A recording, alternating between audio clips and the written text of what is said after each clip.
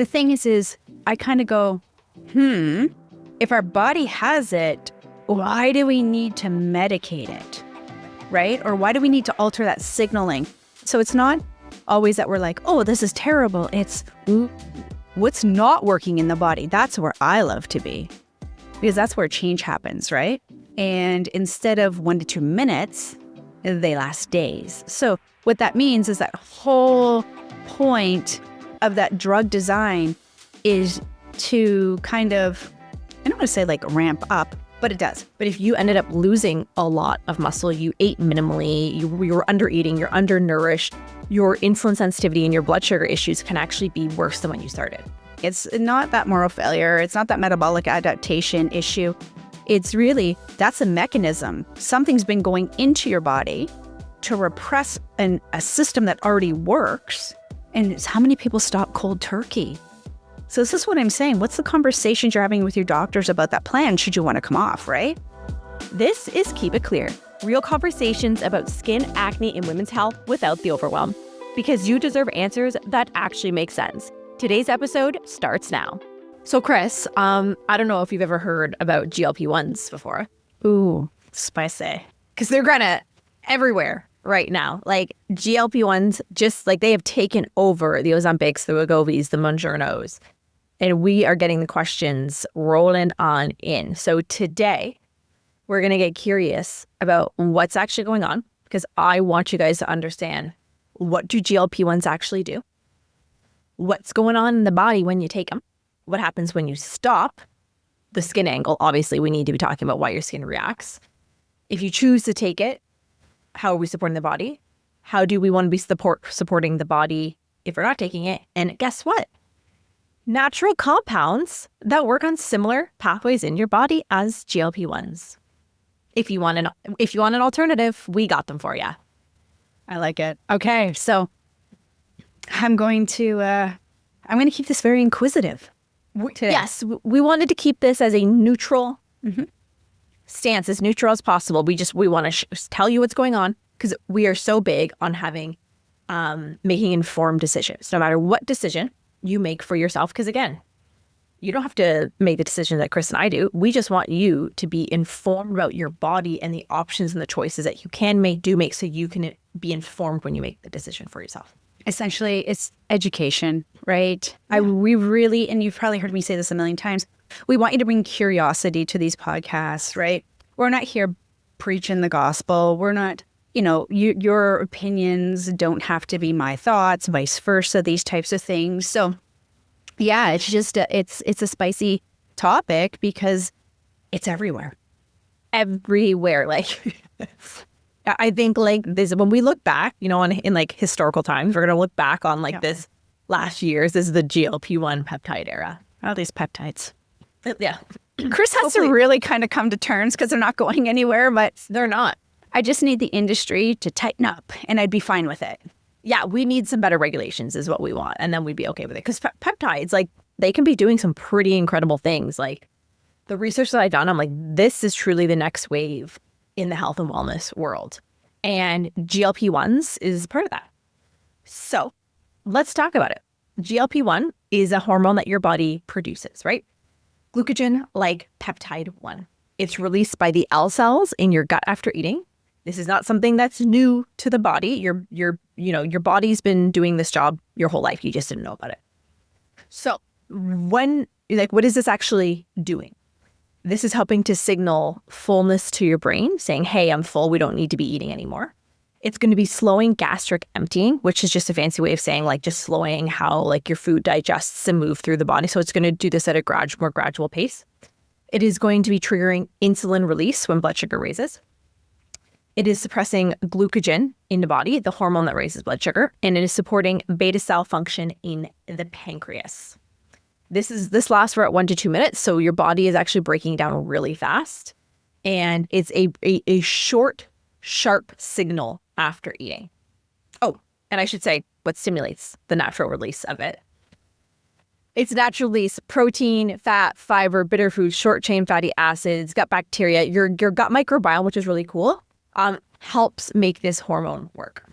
Yeah, I like that you started here. Yes, because we have it in our body. This is going on. The thing is I kind of go, if our body has it, why do we need to medicate it? Right? Or why do we need to alter that signaling? It's like when we're taking SSRIs, right? When we have depression, anxiety, it's the body can make it. Why is the body not able to receive it or do the output of it? And that's where I come in all the time, right? So it's not always that we're like, oh, this is terrible. It's, ooh, what's not working in the body? That's where I love to be, because that's where change happens, right? So if we know that the body can naturally make it, then what happens when you start taking the GLP medication? So the medication is going to just mimic. That's what it does. And instead of 1 to 2 minutes, they last days. So what that means is that whole point of that drug design is to kind of, I don't want to say like ramp up, but it does. So the gastric emptying slows dramatically. So food sits in the stomach longer, appetite signals, they quiet down, sometimes overnight, right? It's like that food noise stops, that hunger.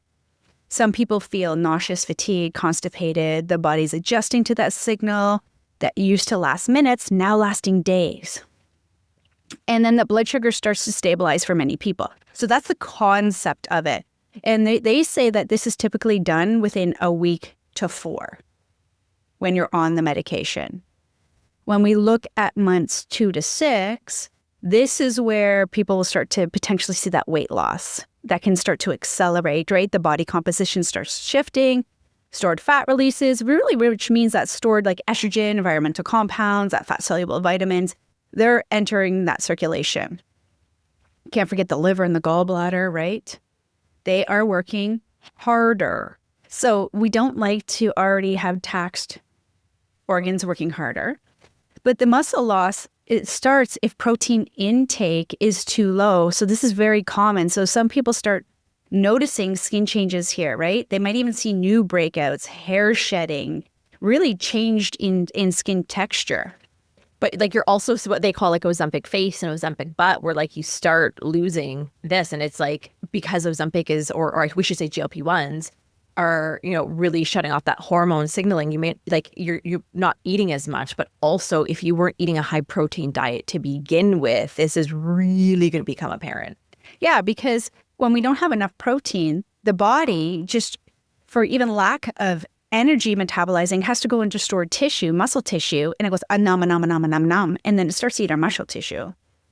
And that's what we don't want, right? So if we're looking at, say, 6 and beyond, and the other thing too is how you said Ozempic, right? Because these are the catchphrases we're hearing. Well, it's the brand name for the GLP, right? It's the pharmaceutical brand. Again, see how it's like, oh, I want the Ozempic skin, but they're usually meaning like the good part of the skin because some people get benefits, right? So again, 6 and beyond, okay, the body. Now how it's marketed, it says it's going to start to adapt to that, like that new normal at a lower body weight. That mineral status can shift significantly, right?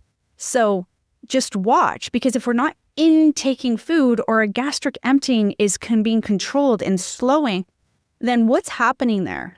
We have potential for bacterial overgrowth. We have, how much are we eating? And the mineral insufficiency comes also from not wanting to eat, right? That gut microbiome. You're undernourished. Yeah. And again, that gut microbiome, that composition, that changes too.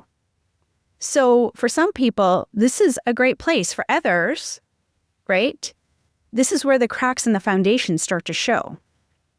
So I always wonder too, and which probably, we should probably talk about how you feel about this. I know sometimes it could be spicy, is what happens when we stop? Because any client that comes in on it and says, oh, I'm on this, I never say stop.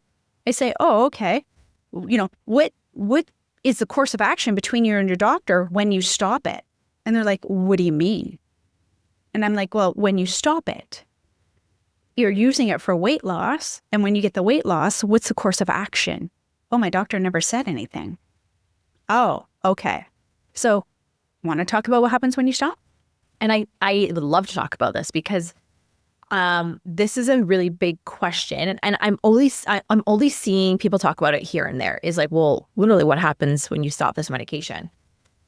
And we should preface this by saying, like, this could be truly life-changing for people that are morbidly obese. That like there are medical interventions in certain ways, right? There are tools and uses for it. So we just know that it's been heavily overused in multiple different areas because we've created this culture of a very visual culture that we live in, right? So let's just preface that. But so let's say you're taking it and then you stop. The drug is actually going to be taking weeks to clear out. I was actually talking to one of my girlfriends who's a fertility naturopath, and she was saying that for her clients, she's like, I need them to be off for at least 6 weeks before they start trying to conceive to ensure that it's fully cleared from your body, right? So you want to be giving yourself like, that's, 6 weeks for it to move on out of the body. But here's what happens is your appetite is going to come back, right? And it is going to come back with a vengeance because that food noise that comes back. So if a lot of people were dealing with like binge eating and like overeating and wanting to eat everything, that's all going to come back because your hunger hormone, aka ghrelin, can actually rebound higher than the baseline, which means that it can make you even hungrier. So you're now eating even more food. So, people are finding that when they stop taking it, they not only gain the weight back, but they end up gaining more weight back because your gastric emptying is also going to start speeding back up. So your food's going to be moving through a lot faster. For some people, like, sure, it may be fine, but for others, it can be a really rough transition as your digestion kind of starts to shift. And then that blood sugar regulation, well, that's going to, depend on what's going on. Because if you maintained muscle, you ate well, you supported your metabolic health, like you have a much stronger foundation to come off. But if you ended up losing a lot of muscle, you ate minimally, you were under eating, you're undernourished, your insulin sensitivity and your blood sugar issues can actually be worse than when you started. Case in point is I was sitting at Tegan's basketball game. So I was sitting outside, just in the car, the door open. I don't go into these little training sessions. And I could hear two parents talking, two ladies. And she's like, yeah, I got to book another appointment. I have to get another Ozempic. I went off of it. And she's like, I've gained back my weight plus a family member. And I just thought it was neat hearing the conversations because I'm like, I know what I hear from clients and I know like what I research. But the fact that she's saying that, I'm like, that's never talked about. No, the weight gain that you get back after. That's never disclosed, right? Mm-hmm. And I'm just listening to them. And she's like, and you know what? It's so hard for me to say no to Tim Hortons, those donuts now. And she's going on. And I thought, if you look over, I caught myself smiling. I wasn't smiling at her. I was smiling because I know what I know. So I was just like, oh my gosh. And then I caught myself and I'm like, if she looks over, I'm in big trouble, right? Because studies show most people regain that portion within a year of stopping. The way this lady was talking, it was only 3 months. So again, that's why that data is real, right? Like we're hearing it, it's coming. It's not that moral failure. It's not that metabolic adaptation issue. It's really, that's a mechanism. Something's been going into your body to repress a system that already works. And then if it already has that half-life, meaning it can stay in your body half the amount of time of taking. So, you stop it 4 to 6 weeks, 8 weeks clearing, depending on how long you're taking it. Then, what happens just before I get, because I want to talk about skin too, but just before I get into that is what happens to the body is the body has to have an adaptation process. And it's how many people stop cold turkey. So this is what I'm saying. What's the conversations you're having with your doctors about that plan should you want to come off, right? And then people, just not just with acne, but skin in general, right? Can see improvements. Why? Less rapid fat dumping.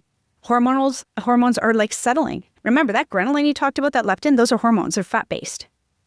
So, some see new breakouts as the body recalibrates. And then that gut microbiome takes time to kind of find its footing. And of course, I'm going to talk about minerals, right? I'm just going to let you handle the minerals. I'll take a sip of my matcha. This is like that rebuild window. So critical for skin, energy, hormones. So where the natural support tools is we can actually look at other supplements, whether it's berberine, sodium butyrate, cinnamon, mineral repletion. They become really useful. Here's the thing. When you're on any pharmaceutical that is altering a natural process in your body at any point in time, this is the time to either get talk therapy if it has to do with weight issues, mental status, preconditions, binge eating, orthorexia, whatever it is. It doesn't have to be a diagnosis. We have to reset. This is the time to lay the foundations. This is the time to actually eat. Or if we know that, that GLP is going to be a appetite, say, suppressant because it can stay in the emptying longer, it takes longer to empty in the stomach, then, we got to find ways to get smaller meals in, right? We still need to balance it. This is really that education, right? So I just want to understand that these mineral patterns, we see them in the HMA, right? We see them if somebody's calorically deprived. We see somebody who could have been a slow oxidizer, meaning they process things really, really slowly.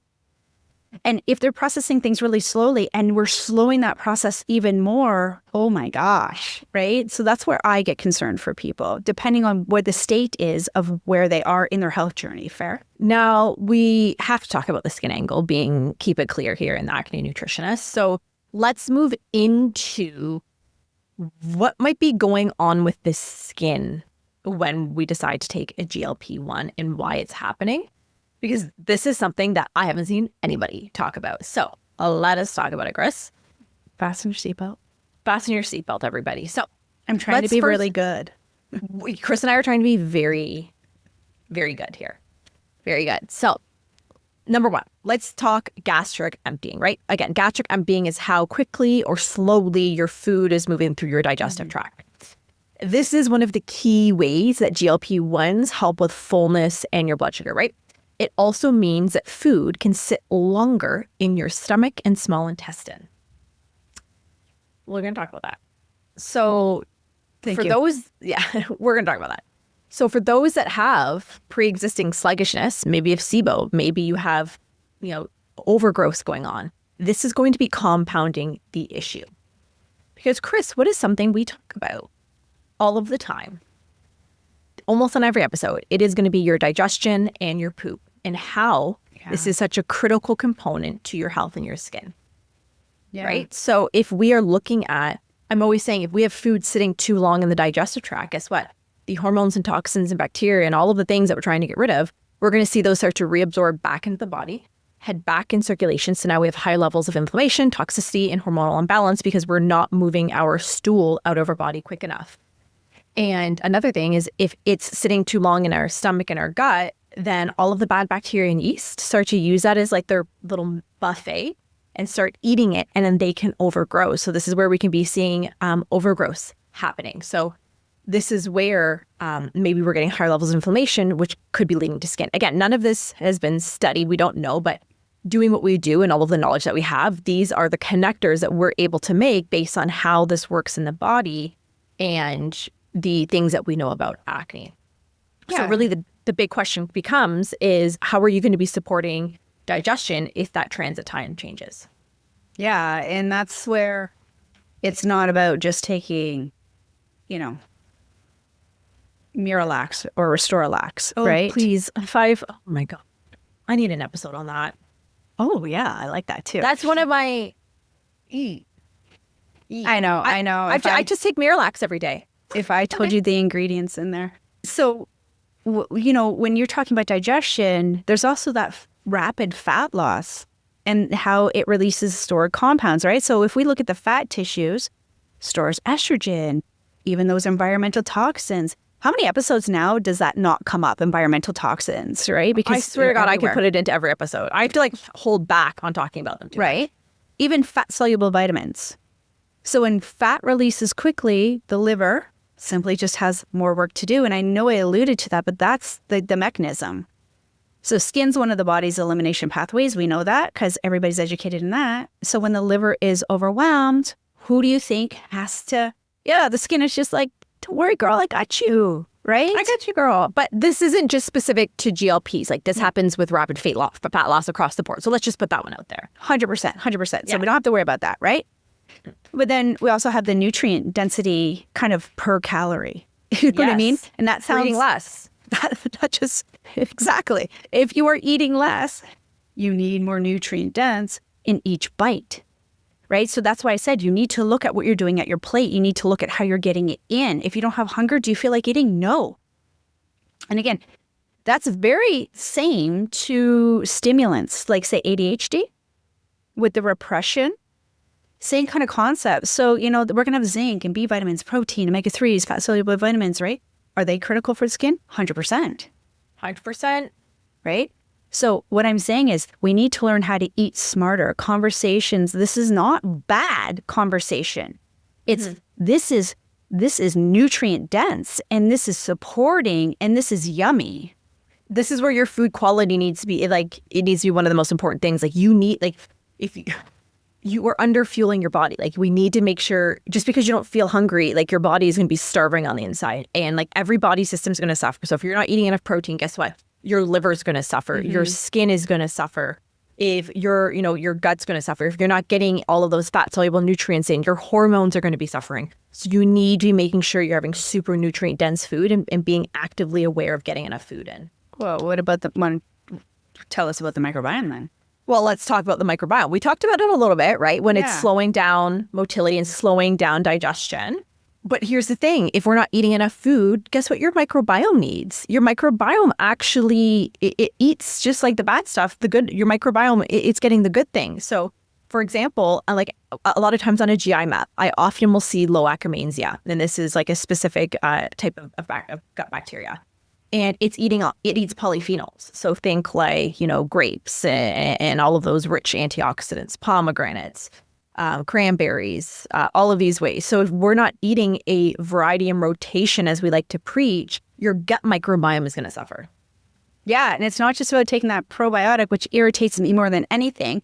It's about feeding the body so that that probiotic has something to eat. Right?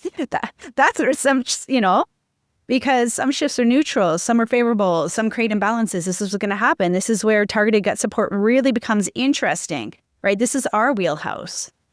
So we don't want things, and if you're eating less, potentially you're pooping less. And you're not getting the stuff out that you need to. Yeah.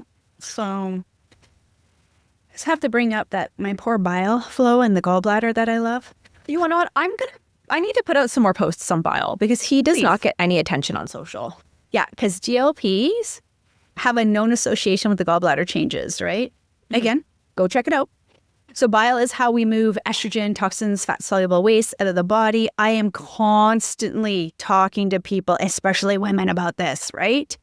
We need to support bile flow. It's one of the most underrated skin moves, on or off, people, GLPs. So please never underestimate it, especially with that estrogen, right? It's about taking something and getting it to emulsify and then, taking something to get it to build and then taking something to shunt. Let's get our supplements working for us because sometimes it's just not about the foods always. It's about just, getting a supplement in just so the body has to say, oh, okay, thanks for that little helper, right? Like you fall down and somebody gives you a hand, you get up easier. Your ego's still bruised, but people are laughing at you, but hey. Now, I'm curious, Cris, I know we haven't had a ton of GLP clients and HTMA at the same time, but have you seen any patterns starting to emerge from the clients that you have looked at that have been on GLP-1s? I will tell you what I look for is calcium and magnesium, 110% for the blood sugar stability. I look for the calcium and phosphorus because this is saying, hey, potentially do I have an omega-3 insufficiency or an uptake of it, right? Like what's my body going through? Is it going the prostaglandin 2 series, which is pro-inflammatory? I'm starting to look at those things. I'm also looking at the sodium potassium and the sodium magnesium because guess what? Stress, hormones, stress. Also, 3 markers I'm looking for digestion: calcium phosphorus, calcium iron, sodium magnesium. So if we're sluggish or we're slow oxidizer, guess what? I already know we have an issue. I already know that Will you potentially get gains on your GLP-1? Yeah. But again, if you don't fix the precursors, these minerals aren't lying. So that's what I'm definitely going to look at. But blood sugar dysregulation is a big one. Also, calcium and sodium, because if it goes low, do we have insufficient protein? That's something I look at right away. I use it, of course, these are ratios because every mineral, when it goes to ratio, becomes like a body system or operating system. But you have to work these all in together. It's not about one line on a page. It's not about the color of that line. It's about how they talk to each other and how they're talking to the others. Fair? Absolutely. Mm-hmm. So now I want to go two ways on this. Two ways. I'm going to go spicy because I'm a spicy girl today. She's been super spicy. So I want to talk about, should you choose to take a GLP-1? Mm-hmm. Let's make sure we're doing these things. And if you don't take a GLP-1, but you still want to support your body maybe a similar way, let's talk about what we can do naturally. Like 2 pathways we can take here, everybody. So since we're already on the topic, let's talk about things that we can be doing. If you are on one, if you do choose to take one, these are some daily basics we want you to consider. We've already talked about this. Protein, like protein, 30 grams of protein per meal. Like, would it be mean of me to say that I basically want them to force themselves to eat this? Am I allowed to make them force feed themselves? No, can confirm you cannot. If children have taught us anything, there is one thing we cannot do to children, and that's make them eat. Fair? Honestly, I remember before I had kids, I was like, I'm a nutritionist. My kids are going to be great eaters. How naive was I? Yeah, you're a way better parent for your parent. Okay. So, honestly, let's be having some protein. This is such an important nutrient.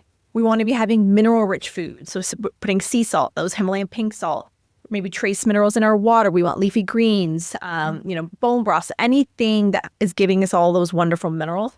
Let's add them in. And then let's talk hydration with, again, trace minerals. Whether you do electrolytes, you do the trace minerals, you put the pinch of sea salt in there. We want to be making sure that you're getting those minerals back in.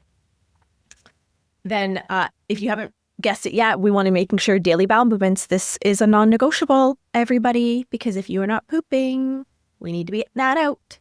So, maybe this is where we want to be looking at whether we're taking digestive bitters before meals, we're adding in digestive enzymes, whether it's pancreatic enzymes, plant-based enzymes.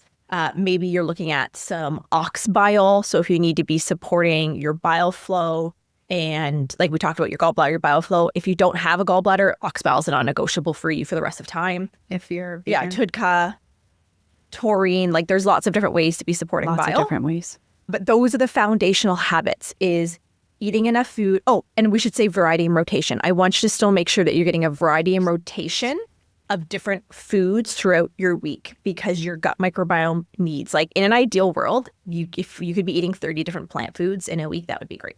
So again, please, this is on or off.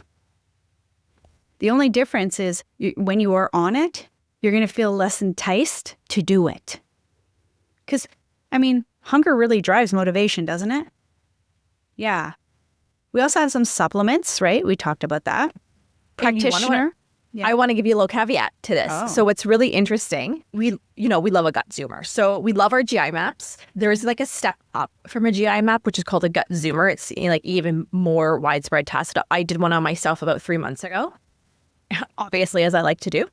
And what I found really interesting when I ran this is because I was dealing with some stubborn abdominal belly fat. I was like, listen here, okay? I'm working out 6 days a week. What's going on? I obviously know stress is an issue, but when I ran this lab on myself, guess what my butyrate marker came back at, Cris? Next to low. Yeah. Next to nothing. 1.4%. Very, very low levels. And butyrate is what tells your gut to release that GLP-1. So my body basically was forgetting how to do that process. And I know that was a contributor to that stubborn belly fat. So I've been working on my butyrate. Fun fact. Yeah. Well, we need gastric emptying, right? I don't love to play with it because I will tell you, a lot of people's gastric emptying is already slow. If we add fats, it slows it down as well. How many people are eating fats? How many people are eating fast food? How many people are eating standard North American diet? Right? So we potentially could already be there. Zinc, we know everybody loves zinc for the skin. I do too. I don't often supplement zinc though. think I can count on one hand how many clients I've told to take it. right? So let's get in with the foods because it depletes if we don't have the food. So is magnesium, same thing. Motility, sleep, cortisol support, blood sugar stability, carbohydrate breakdown, calming. Who doesn't love calm? Digestive enzymes, right? That's if food is still sitting and you feel it. You know how many people don't feel it until you bring up how to feel it? Yeah, because they just don't know. Right? You talked about the oxbile and the bitters. And I like all of this stuff. It's great. Sometimes, people say, oh, B complex. Again, I am not a big B complex gal. I'm not a big fan. We should have supplements why we're not a fan. So, dude, that should be our next episode. Supplements, we're not a fan. Supplements, we're not a fan. What Supplements, are you? Like, can you tell me your designation? Did you say that out loud? Yeah. So the thing is in order to have remember I talked about that lifestyle? Yes, lifestyle is huge. Here's what I know. If we have a weight issue, we have a mindset issue. I know this. Can you agree? Yeah. Disagree, right? When we have acne, we have a mindset issue. When we have this ugly, glaucoma or whatever thing, this nasty thing I'm showing everybody, look how big that is. It's like a poster code all on its own. When we have that, right? Yeah. Do you not think I researched the heck out of that? Oh, I did. Mm-hmm. Oh, she did. Do you think my dermatologist is going to tell me, well, that's an insufficiency and that, it related to D output in your kidney? No, they're not going to tell me that, but I know that. Right? But lifestyle is, we're already stressed out. So what I want you to do is I want you to slowly replace things by stacking them. So if you drink a coffee in the morning, then after the coffee, then, maybe and potentially we're eating our breakfast to stabilize that, right? Because we're already doing it instead of running out the door. A strength training, if we don't do anything at all, maybe we start with walking after meals to kind of do that muscle glycogen reuptake. Blood sugar. Right? Strength training is great. Love strength training. But not everybody's going to do it, right? Because our muscles, that equals insulin sensitivity and that equals better skin. Hello. So if we are getting glorious skin because sebum production went down, because blood sugar all balanced, well, hate to tell you this, but, potentially do we have options and avenues outside of the pharmaceutical? So this is really about awareness. You want me to tell you, I want me to tell you a bit of a personal little inside thing as we move into the next thing? Well, you kind of already know, one of my really big insecurities for the past year and a bit has been my weight. Because when I had my 2 miscarriages last year, I had gained 20 pounds. And your hormones were all over the place. Hormones were all over the I place. can attest. I was present. Cris was present. She has she's scarred. She has PTSD, actually. Anyways, I had gained 20 pounds, didn't fit into my clothes. Obviously, mental health wasn't doing great. I had the 2 losses. Well, that didn't stop the internet from being mean about my weight for the last year. I had a Reddit feed about how I was morbidly obese.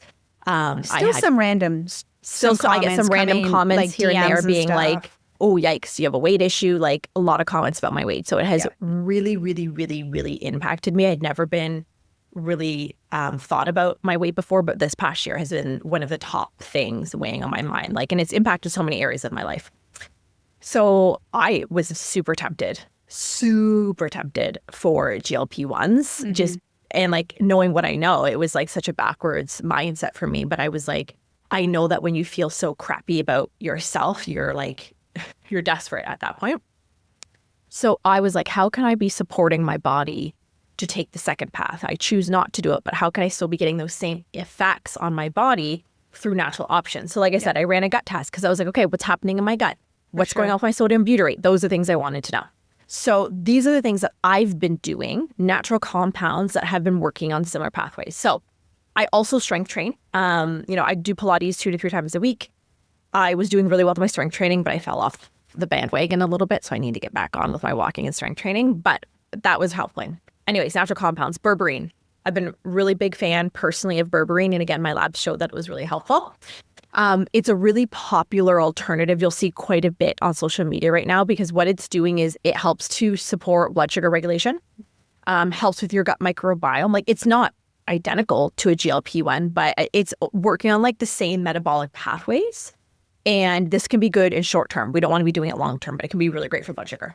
Yeah. And if somebody has high stress, these types of things, I go, oh, is berberine the right one? And it's not to be controversial. It's just like your case is so codependent on what potentially might work or backfire or short term versus long term, right? Well, what about something like cinnamon, a food? Love.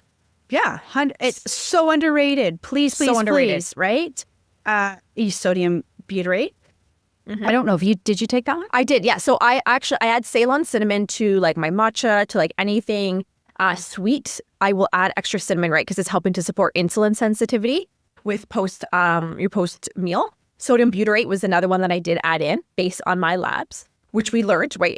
It's naturally produced by the gut bacteria, and it's supporting that gut lining. It's supporting GLP-1 release, and I have been supplementing with that for the last 3 months. Okay. Yeah. What's interesting is another one that comes up is the apple cider vinegar before meals. Oh, yeah, we see that a lot. Because they say that, it's blood sugar, boring, does it work? Yeah, it's said to work. In fact, my eldest daughter asked me about this yesterday. Yeah, she's like, Mom, what does apple cider vinegar do before meals? Why do people take it? So I love that she's inquisitive now. And I'm like, oh, okay, well, it helps with digestion, gastric emptying, builds up the acids, And then she says, huh. She goes, well, that sounds disgusting. And I said, okay, true. I said, and often it's not strong enough for people when they're kind of at their low, right? So just know that. I mean, fiber, come on. Fiber, great for your gut bacteria. Yeah. We have kind of we have insoluble that feeds the beneficial bacteria. We have then soluble. So that's more of that, that hemicellulose, that immune system, right? Really. So we have to look at all of these different things. So it's not about just one thing. And like I said, that mental aspect that you just shared, we have to be cautious with that. Because how motivated did you feel to do anything when you were at your low? I want to say both columns. Is for me, I almost feel like when I'm at my low, it makes me more motivated to do things. Yeah. I'm a weird person, though. But we know it's that. also the trigger. It's, but I'll do it tomorrow. Activity. And I'll do it tomorrow. Starting Monday. And I have to start Monday, right? So always chunk those tasks down into tiny, tiny things instead of, oh my God, I'll start Monday. It's like, hey, I'm going to go on Pinterest and I'm going to find a 30-day challenge. Get your body. You have to break the cycle for anything to work, right? That's why we fall out of it. Life is busy if we don't plan it in our schedule. People that plan things in their schedule, by the way, tend to be more organized and more productive. Oh, yeah. Oh, yeah. You should see our calendars. That. We love our calendars. My kids always make fun of me. But so these are those things, right? Also, I can look at my calendar and say, oh, okay, that's my day. Cool. I'm in for a bit of a busy day. So it's not like waking up and going, oh, yeah, I forgot I've got this busy day, right? These types of things. Anything that triggers that blood sugar dysregulation, or these are pathways we want to work at. So whether it's the bitter foods, the protein at every meal, whether we're going to do progressive resistance training, whatever it is, please, we need mineral repletion. That's what we need to talk. We have to almost stop talking food. We need mineral repletion. We need macronutrients. We need micronutrients, right? We also need, we need that mindset, and we need tangible actions just to say, hey, you know what? I can do this. How does this look? Yeah. And for me, adding in more protein was something I really worked on this year. Huge game changer. I'm doing it now.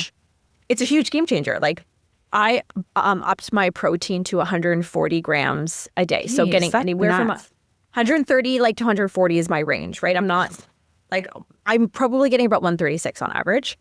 And I was doing that really well for the past 3 months. The last 2 weeks, I've kind of slacked off and got out of the habit of it. But it's such a game changer because my mood was better, my energy was better, my anxiety was less, I felt stronger. And from where I was, this time last year, I weighed 150 pounds, which is the most I've ever weighed in my life. And now I'm back down to my usual 128. Yeah, see? And I know it's a big deal because when Katie texts me and says, hey, what do you think about GLP-1s? What are your thoughts on this, Cris? That is not a, hey, Cris, you know what? I just kind of was strolling and I just wanted to no, that is Katie's processing. Katie's gone down the rabbit hole. And usually I say, no, Katie, I don't recommend for you. My answers. Whenever I need somebody to put me back in line, I'll go and ask Cris and say, hey, I'm thinking about this because I am unwell about what's going on. And like, I share this because I want you to know, like, even I have those feelings and even I have those thoughts, and this is what I do for a living. So I understand the draw and like the desperation behind it. Not just that, perimenopause, right? Now, I'm a petite person, always have been, and now my hips. I'm like, what is happening there? Like, and I'm like, I understand that, when we have cellulite, that's the water retention, that's moisture, like traditional Chinese, like I know it. But I'm still like, what is happening? And I need pants, and I refuse to buy pants because I'm like, I can't. It's disgusting. I look disgusting. It's gross. I can't. That's how I'm talking to myself, right? And people around me are like, well, what are you going on about? You're tiny. I'm like, tiny to this point. You cannot tell somebody their acne looks good. You cannot tell somebody that their weight is fine. You cannot tell somebody that doesn't believe it themselves that everything's going to be okay. Fair? Absolutely. So instead, that's why we come with this education and this research and these curiosities. Like, I'm not going to stay like this. So I did. And how I said is I'm going to chunk it down. Today, I'm going to go on Pinterest and I'm going to find a 30-day activity. We're always waiting for the future us to help the current us get past everything. Your future you doesn't exist. So you're asking for a stranger to help you out of the gutter. Only you can fix it. Good analogy, Cris Brown. Wow, look at you today. Love, love, love. All right. So to kind of summarize, this was a bigger episode than we've usually been doing, but it's a really big topic. So kind of just to like summarize everything, you have to remember like your body does make GLP-1 on its own. And some questions that I want you to ask is, what is your body trying to tell you about your blood sugar, about your hunger, about your weight signals? Really ask yourself those questions. Yeah. And remember that, yeah, absolutely, medications can be a tool. Natural supports can be the other. So a question that I always ask myself is, what does my body need to do this on its own? What can I give my body that your body knows what to do? It just needs to be given the right tools. So again, just like everything we do, there isn't one path. There's a path that works for your body, your situation, your nervous system, and your life. We just want to be here to give you the education and understanding so you can make the best decision. And that's the way it has to be. So whether you want to dibble and dabble, remember the choice is yours. And that's empowering. We want you to start asking questions around so that you can feel solidified, right? I want you to ask the questions nobody's asking. I want you to leave your doctor's office and the doctor's like, oh, I didn't know that. Not like I want to trump a doctor in that sense, but we want to get to that elevation that you're going in there. Just like I said, my icky bicky on my arm right here. When I go in, I'm educated. I already know. I will not be supported. I know this. However, I'm going to use other avenues now to curb it. All right, everybody. So whether you're on it, you're off it, you're curious, the foundations are going to remain the same. Yep. Support digestion, eat food, blood sugar, nervous system, because your body knows what to do. And if you need help with that, you can, go and grab Clear Skin in 30 days. This is our self-paced DIY entry level. If you just want some foundations, grab that. If you want more support, one-on-one functional testing, you want to see your minerals, you want a customized plan, the Clear Skin solution is going to be for you. And no matter which pathway you're on, go and check the show notes because all of the information is there. All right, everybody, that was a fun episode here at Keep It Clear, and we will see you next week.